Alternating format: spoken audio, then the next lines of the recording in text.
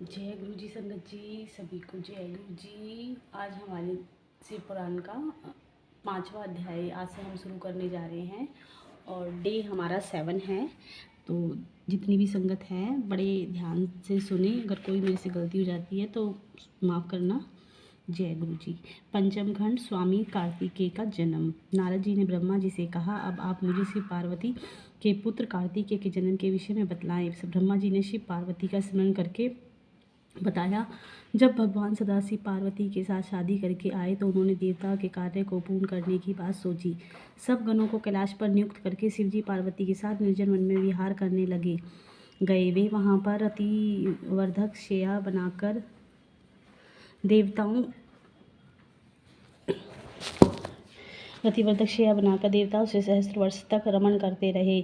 काफ़ी समय व्यतीत हो जाने पर देवता ब्रह्मा जी का साथ लेकर श्री हरि के पास जाकर बोले, हे स्वामी, हजारों वर्ष व्यतीत हो जाने पर भी शिवजी के कोई पुत्र अभी तक नहीं हुआ है। विष्णु जी बोले, अब आप लोग चिंता ना करें, शिवजी के विहार में खलल मत डालो। शक्ति और शक्तिमान के रति विहार से तीनों लोग कंपन करने लगे।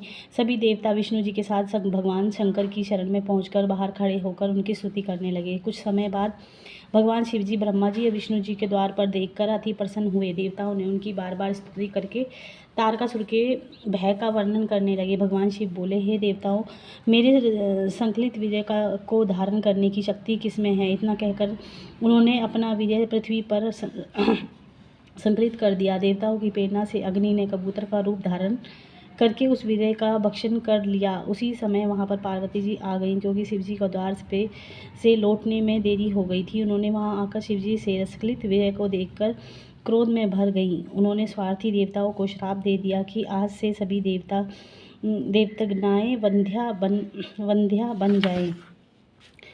तुम मेरे विरोधी हो, इसलिए तुम सभी दुखी रहोगे। पार्वती अग्नि से बने कबूतर से बोली, अरे मूर्ख, तूने शिवजी का विजय भक्षण किया है, इसलिए आज से तू सर्वभक्षी हो जा।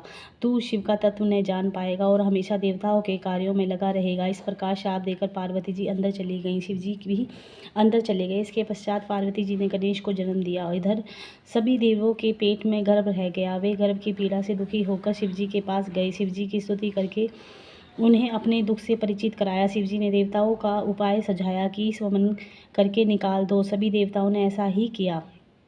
इसके बाद शिवजी ने अग्नि को बताया, उसने मेरे विजय का भक्षण करके अच्छा नहीं किया, इसलिए तुम इस विजय को किसी स्त्री की योनि में प्रवेश कर दो। नारद जी ने अग्नि को सलाह दी कि माह में जो स्त्री प्रयाग में स्नान करने के लिए आए उसकी योनि में इसे स्थापित कर देना। नारद जी के कथा अनुसार अग्नि माह में प्रातःकाल वहां आकर प्रज्वलित हो गई। उस समय सप्तऋषियों की पत्नियां वहां स्नान करने आई। वे शीत से आर्त होकर अग्नि की ज्वाला के समीप जाकर तापने लगी। उसी समय अग्नि ने उसके रोमकूपों से होकर वीर्य को स्थापित कर दिया। इसमें उन स्त्रियों के गर्भ रह गया।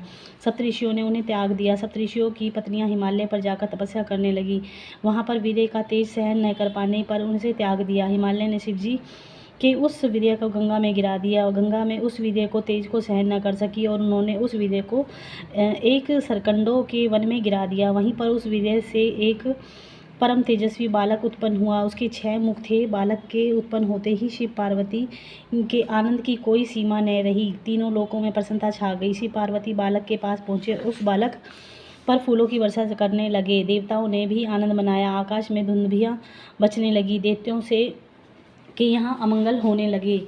इसके बाद वहाँ पर महर्षि विश्वामित्र जी आए। उस बालक ने उसको अपना पुरोहित बनाया और उसने अपना नामकरण संस्कार करने को कहा। उसने बालक से इस गुप्त रहस्य को किसी पर प्रकट न करने को कहा। विश्वामित्र जी ने उसका नामकरण संस्कार करके उस बालक का नाम कार्तिकेय रखा। इसके बाद वहाँ श्वेत नामक एक अन्य स्त्री आई, जिन्होंने कुमार का स्नेह से आलिंगन व चुंबन लिया और उन्हें शक्ति और शस्त्र प्रदान किए। उन्हें लेकर कुमार क्रोच पर्वत पर चढ़ गए, शिखर पर पहुंच गए। स्वर्ग में जाकर उन्हें 6 कार्तिकाएं मिली, जिन्होंने कुमार को प्रेम पूर्वक अपना दूध पिलाया। वो कुमार ने अपने 6 मुखों से उनका स्तनपान किया। उन्होंने कुमार का प्रेम पूर्वक पाल पोषण किया और दिव्य वस्त्राभूषण पहनाए। बहुत समय व्यतीत हो जाने पर पार्वती जी ने शिवजी के उस विजय से उत्पन्न बालक के विषय में उनसे पूछताछ की। उनसे पार्वती जी को पता चला कि उस विजय से एक सुंदर बालक का जन्म हुआ है तथा स्वर्ग में कृतिकाएं उसका पुत्रवंत पालन पोषण कर रही हैं। कुमार असंख्य वीर गणों के साथ नंदीश्वर के साथ माता कृतिकाओं से आज्ञा लेकर शिवजी से मिलने चल दिए। उसी समय कार्तिकेय को लेने के लिए एक दिव्य रथ को भेजा, जिसका निर्माण विश्वकर्मा ने किया। कुमार कार्तिकाओं को समझाकर अध्यात्म ज्ञान देकर उस रथ में बैठकर शिवजी से मिलने चल पड़े। उन्होंने वहां पहुंचकर पिता शिवजी तथा माता पार्वती को प्रणाम कर देवताओं की वंदना की। समस्त गंगा आदि नदियों कुमार को देखने आई। उस पर वहां आकर पार्वती की गोद में खेलने लगे। पार्वती जी ने पुत्र का उत्सव मनाया। शिवजी ने वेद मंत्रों द्वारा उसका अभिषेक किया। तत्वष्टा श्री हरि की आज्ञा से उसने उनके लिए सुंदर नगर और महल का निर्माण कराया। कुमार उस महल में आनंदपूर्वक रहने लगे। एक बार स्वामी कार्तिकेय के पास नारद का नाम का एक ब्राह्मण आया। उसने कुमार से कहा कि मेरा यज्ञ का बकरा कहीं चला गया है, इस कारण मेरा यह यज्ञ अधूरा रह गया है। आप सामर्थ्यवान हैं, अतः तलाश करवाकर मेरे यज्ञ को पूर्ण कराने की कृपा दृष्टि करें। कुमार ने उस एक गन बकरे को ढूंढ कर लाने को भेजा। वह गन बकरे को विष्णु लोक में ढूंढ कर ले आया। वहां पर बकरे से ने भारी उपद्रव मचा रखा था। स्वामी कार्तिकेय उस पर सवार हो गए। बकरे ने क्षण भर में ही सारी पृथ्वी की परिक्रमा लगा दी। इसके बाद वह पूर्व स्थान में आकर खड़ा हो गया। इस पर ब्राह्मण बोले, हे प्रभु, इस बकरे को मुझे दे दो, मेरा यज्ञ पूर्ण हो सके। कुमार बोले, हे ब्राह्मण, यह बकरा वध करने योग्य नहीं, अतः तुम्हें नहीं मिलेगा, परंतु मेरे आशीर्वाद से तुम्हारा यज्ञ उसके बिना ही पूर्ण हो जाएगा। यह सुनकर ब्राह्मण अपने घर को चला गया। ब्रह्मा जी नारद जी से बोले, जब देवताओं और असुरों के विनाशकारी युद्ध शुरू हुआ तो दैत्येंद्र तारक ने अपनी परम शक्ति को इंद्र पर चला दिया। इससे इंद्र घायल होकर अपने हाथी ऐरावत से नीचे गिर पड़े। अपनी रणकुशलता से असुरों ने सभी लोकपालों को परास्त कर दिया और देवताओं को मार मार कर भगा दिया। असुर सिंहनाद करने लगे। बड़ा कोलाहल मच गया। यह देखकर वीरभद्र क्रोधित हो गए। वे वीरगणों को साथ लेकर तारक के निकट जाकर भीषण युद्ध करने लगे। इस युद्ध में त्रिशूल, पास, धृष्टि, खड़ग, फरसा आदि पट्टिस का प्रयोग किया गया। फिर वीरभद्र ने असुर तारक को घायल कर दिया। इस मूर्छित होकर वीर पृथ्वी पर गिर पड़ा। इसके बाद महाकौतुकी तारक ने वीरभद्र को युद्ध भूमि में भगा दिया। देवताओं के भागने लगे। अब भगवान विष्णु तारक से युद्ध करने लगे। उन्होंने उस पर गदा, चक्र आदि से प्रहार किया। ब्रह्मा जी कुमार कार्तिकेय के पास जाकर बोले, हे पुत्र, इस तारक को मेरा वरदान प्राप्त है कि वे उस शिव विष्णु आदि कोई नहीं मार सकता। आप उससे युद्ध कीजिए, क्योंकि यह तुम्हारे अतिरिक्त किसी दूसरे से नहीं मर सकता। मेरी बात सुनकर कुमार कार्तिकेय ने उल्का के समान चमकती अपनी शक्ति को लेकर चल दिए। उन्हें देखकर तारक भी उस शक्ति उड़ाकर प्रहार करते हुए बोला, अरे मूर्खों, तुम लोगों को ने इस बालक को मरने के लिए मेरे सामने क्यों भेज दिया? ऐसा करते हुए तुम्हें शर्म नहीं आती? विष्णु तो हमेशा ही निर्लज तथा छली और अविवेकी रहा है। इंद्र भी ऐसा ही है। मेरे द्वारा इस बालक के मारे जाने पर इसके वध का पाप इन दोनों को ही लगेगा। हे बालक, तुझे अपने प्राण बचाने हैं तो मेरे सामने से भाग जा। इंद्र तथा विष्णु की इस निंदा से तारक का बल क्षीण हो गया। इसी समय इंद्र ने अपने वज्र से तारकासुर को पृथ्वी पर गिरा दिया। तारकासुर ने क्षण मात्र में उठकर इंद्र के ऐरावत के नीचे गिरा दिया। अब भगवान विष्णु ने तारक से युद्ध किया, परंतु तारकासुर महाकाल के समान चमकने लगा। कुमार कार्तिकेय शिवजी के चरणों का स्मरण कर उठे और अपने असंख्य वीरों के साथ दुष्ट असुर तारकासुर का वध करने का उपाय सोचने लगे। देवताओं ने उनकी जय जयकार की, ऋषियों ने उनकी स्तुति की। दैत्य तारकासुर और कुमार कार्तिकेय ने भयानक युद्ध होने लगा। दोनों वीर हाथ में शक्ति लेकर युद्ध करने लगे। दोनों के शरीर घायल हो गए। फिर कुमार ने शिव और माता पार्वती को मन ही मन प्रणाम करके एक प्रबल शक्ति असुर पर फेंकी, जिसे वे विदीर्ण होकर पृथ्वी पर गिर पड़ा और मृत्यु को प्राप्त हुआ। चारों ओर आनंद छा गया। माता पार्वती ने स्नेहवश कुमार को गोद में उठा लिया और उनका मुख चूमने लगी। इसके पश्चात कुमार ने क्रोच पर्वत को पीड़ित करने वाले दैत्य बानासुर को वहीं बैठे बैठे बाण से संहार कर दिया। इस पर शेष के पुत्र कुमार ने कुमार की बहुत प्रशंसा की। नारद ब्रह्मा जी से बोले, अपने कुमार कार्तिका का चरित्र सुनाया, अब आप कृपा करके गणेश जी का चरित्र सुनाइए। एक बार पार्वती की सखिया जया विजया ने कहा, हे माते शंकर, भगवान के तो असंख्य गण हैं, परंतु उन पर हमारा कोई अधिकार नहीं चलता, अतः हमारी कोई कुछ भी गण होने चाहिए, आप उनकी रचना कीजिए। एक दिन पार्वती स्नान कर रही थी तो द्वार पर नंदीश्वर बैठे थे। उसी समय शिवजी के घर के अंदर आ गए। इससे पार्वती जी को बड़ी लज्जा महसूस हुई। पार्वती जी को सखी की कही हुई बात स्मरण हो आई कि अपने ही गण होना चाहिए। इस पर वे स्नान करते हुए शरीर के उपटन से एक सुंदर पुरुष बनाने लगी। जिस पर पुरुष बन गया तो उसे वस्त्र पहनाकर द्वार पर बैठा दिया और उसे कहा कि मेरी आज्ञा के बिना कोई अंदर ना आ पाए, और उससे कहा कि तुम मेरे पुत्र हो। उसका नाम गणेश रखा गया। जब गणेश द्वार पर बैठ गए तो शिवजी अंदर आने लगे। इस पर गणेश जी ने शिवजी को अंदर आने से रोक दिया। उन्होंने कहा कि माताजी स्नान कर रही हैं, उनकी आज्ञा है कि कोई भी अंदर ना आ पाए। इससे भगवान शंकर क्रोधित हो गए। शिवजी के गण वहां गणेश जी को हटाने आए। गणेश जी ने उन गणों से निर्भय होकर कहा मेरा विरोध करना अच्छा नहीं है, तुम यहाँ सब भाग जाओ। गणों ने कहा हम सब शिवजी के गण हैं। इस पर गणेश जी ने क्रुद्ध होकर कहा कि तुम शिवजी के गण हो तो मैं माता पार्वती का गण हूँ। शिवजी के गण निराश होकर लौट गए, परंतु शिवजी के अपने गणों को पुनः यह कहकर भेजा कि द्वार पर कोई भी हो उसे वहाँ से हटा दिया जाए, परंतु इस बार भी गणेश जी ने उन्हें छुड़क दिया। पार्वती जी ने बाहर शोर सुनकर उन्होंने अपनी सहेली को भेजा कि क्या मामला है। इस पर सखी ने बाहर आकर मालूम किया और पार्वती जी को सारा वृत्तांत कह सुनाया। इस पर पार्वती हंसने लगी और बोली यह बात अच्छी हुई कि गणेश ने शंकर जी को रोक दिया, नहीं तो वे बिना किसी सूचना के चुपचाप अंदर चले आते हैं। शिवजी ने पुनः अपने गणों को आदेश दिया कि उनको गण से युद्ध करो। इतना कहकर सांसारिक लीलाएं करने वाले शिवजी चुप हो गए।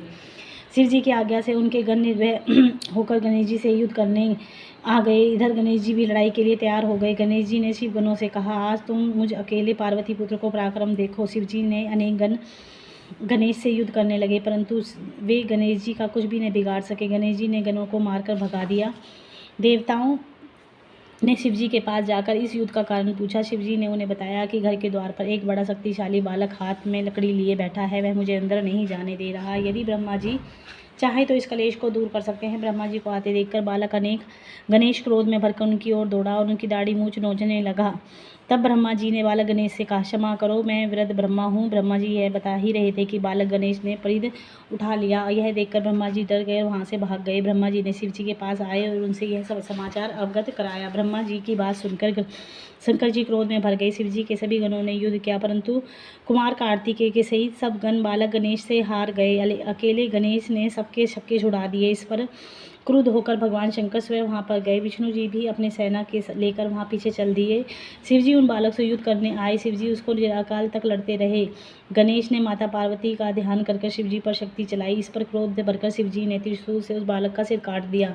इससे देवता निश्चित हो गए। नारद ने पार्वती का सारा वृत्तांत बताया। यह भी कहा तुम अपना मान किसी भी प्रकार मत त्यागना। ऐसा कहकर कलह प्रिय नारद अंतर्धान हो गए। यह सुनकर पार्वती जी को महान क्रोध आया कि देवताओं और गणों ने मेरे पुत्र गणेश को मार दिया। उन्होंने निश्चय कर दिया कि मैं सबका नाश करके संसार में प्रलय मचा दूंगी। उन्होंने अपनी शक्ति से 1,00,000 शक्तियाँ उत्पन्न कर ली। उससे पार्वती जी बोली तुम सब जाकर देव सेना में प्रलय मचा डालो, मैं भी तुम्हारा विरोध करें तो भक्षण कर डालो। चाहे वे ऋषि हों, देवता हों, राक्षस हों, वे शक्तियाँ सेना में प्रवेश करके उनका भक्षण करने लगी। यह देखकर ब्रह्मा विष्णु महेश और निराश हो गए। वे कहने लगे क्या देवी अकाल में ही प्रलय कर डालेंगी। इस पर ऋषियों ने प्रार्थना की हे अंबिके, तुम्हारी स्वामी भी यहाँ उपस्थित हैं, उनका तो ख्याल करो, क्षमा करो, प्रलय हुई जाती है।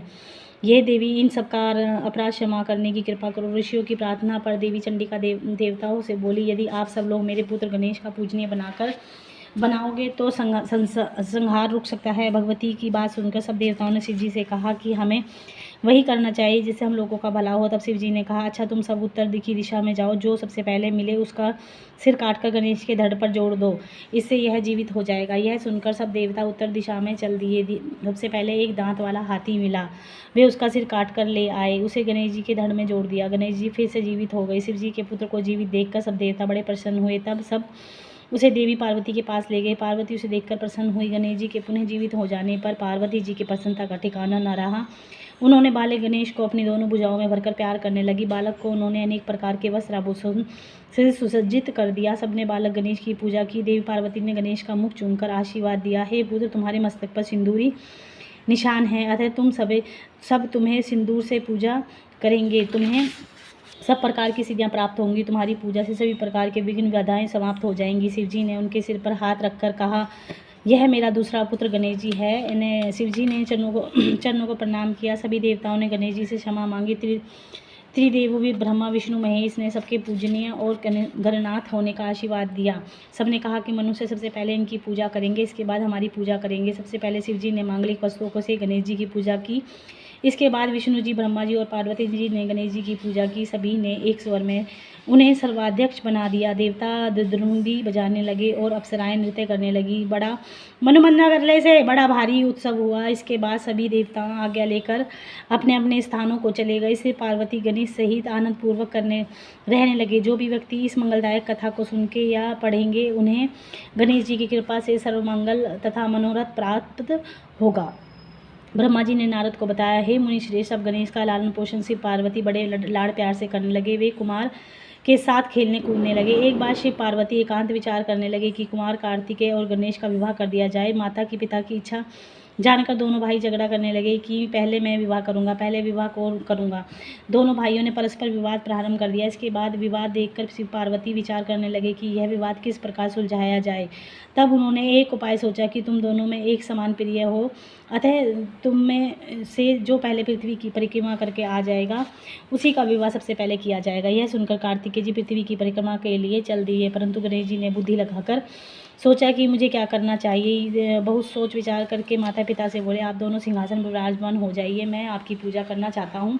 तब शिव पार्वती सिंहासन पर बैठ गए। गणेश जी ने उनकी पूजा करके परिक्रमा की, फिर उनकी स्तुति करके बोले, अब आप मेरा विवाह कर दें। शिव जी ने गणेश से पूछा, क्या तुम पृथ्वी की परिक्रमा कराए? तुम भी शीघ्र परिक्रमा करने जाओ। कुमार तो चले गए। गणेश जी हाथ जोड़कर बोले, जब मैंने अपनी आपकी 7 बार परिक्रमा कर ली, तब आप कैसे कह सकते हैं कि परिक्रमा कराओ? क्या इसमें पृथ्वी की परिक्रमा नहीं हो गई? क्या यह वेद शास्त्र असत्य हो जाएंगे? पुत्र की यह बुद्धिमानी देख बात सुनकर माता पिता चुप हो गए। वे गणेश जी से बोले, हे पुत्र, तुम्हारा कथन सत्य है, तुम्हारी बात हमने स्वीकार कर ली। इस प्रकार उन्हें आश्वासन देकर शिव पार्वती गणेश के विवाह की इच्छा व्यक्त की। इसके पश्चात प्रजापति ने अपनी कन्या सिद्धि बुद्धि के विवाह के लिए शिव जी के पास आकर बातचीत की। शिव जी ने उनका प्रस्ताव स्वीकार करके गणेश का विवाह निश्चित कर दिया। शिव जी के विवाह की तरह गणेश जी के विवाह से सभी देवता शामिल हुए। काफ़ी समय के पश्चात गणेश जी की सिद्धि से और बुद्धि से लाभ नामक 2 पुत्र उत्पन्न हुए। इसके पश्चात कुमार का कार्तिकेय पृथ्वी की परिक्रमा करके लौटे। नारद जी ने रास्ते में ही कार्तिकेय को सब समाचार से अवगत करा दिया। समाचार जानकर कार्तिकों के क्रोध की सीमा न रही। वे माता पिता को प्रणाम करके पश्चात क्रोच पर्वत पर जाकर तपस्या करने लगे। कुमार के विरह में पार्वती जी को बड़ा भारी दुख हुआ।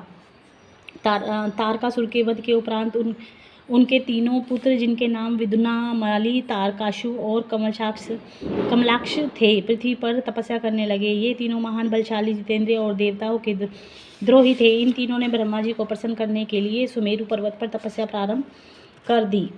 इसके हजारों वर्ष तक घोर तपस्या करने से ब्रह्मा जी उनके सम्मुख प्रकट हुए। तीनों भाइयों ने ब्रह्मा जी को प्रणाम किया। उनसे बोले, हे ब्राह्मण, यदि आप इनमें से प्रसन्न हो तो हमें ऐसा वर दीजिए कि हम सभी प्राणियों से अध्यक्ष, हम अमर रहकर और निर्विघ्न रहकर चाहे तो त्रिलोकी का वध कर सकें। ब्रह्मा जी ने कहा,